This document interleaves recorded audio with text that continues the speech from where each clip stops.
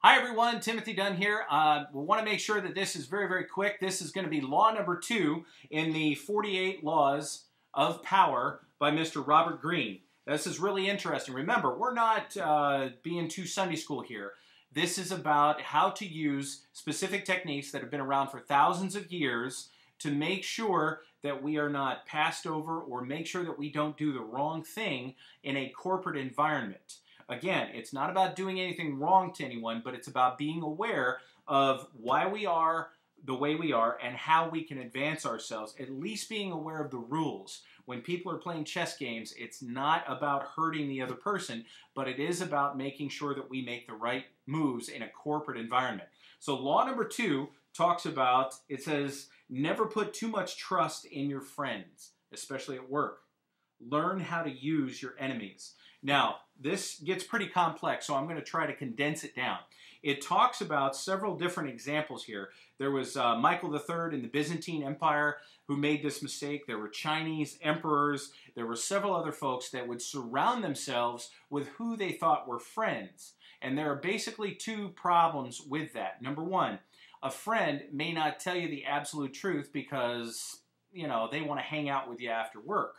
And a friend, especially someone that you've picked to work for you, may actually end up resenting you.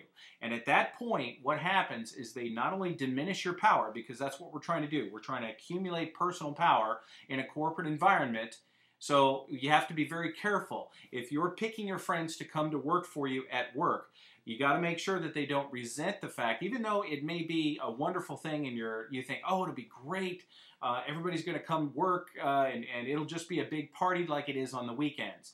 Well, not so much, especially if you're in a leadership position. You've got to be very careful because eventually you're going to be called on to make some difficult decisions. And if you have to make some difficult decisions that are not popular and you're surrounded by your quote-unquote friends, those friends actually will tend to turn on you. So the book indicates in this chapter that it might be wise to actually look for people that don't agree with you. They don't have to be out-and-out enemies, but if people don't agree with you and you still are able to manage them, at least you're going to have more credibility as a leader. Abraham Lincoln says that you destroy an enemy when you make a friend of them. And there's a note in the book on one of the sidelines that says if you want to do something nice for a bumblebee, watch what happens when you pick him up. Now think about that. If I don't want to hurt a bumblebee and I want to pick him up, eventually, when he becomes strong enough, he will sting me. And it is something that's been proven over and over again. Now there's a reversal to this in the chapter as well, and it talks about if you do have a true friend that actually comes to work for you, and you have to make an unpopular decision, you can always sacrifice that friend as a pawn, and they can fall on their sword because maybe it's an unpopular decision and you don't want to tarnish your realm of power. Just understand that you can only use that card once and they're pretty much done. If you get somebody that is a friend that is actually working in your group, you've also got to carefully define the boundaries because many people, number one, they're going to eventually, as they become stronger, resent you for the opportunity, but also in front of other folks, if you're trying to maintain that power, they may break down some boundaries, which makes it very hard for you to lead.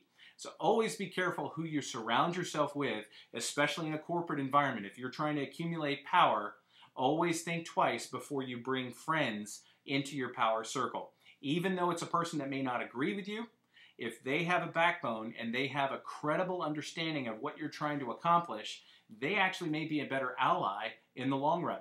I hope that's been helpful, and we'll look forward to law number 3 here very soon. Thanks so much, and we'll see you soon.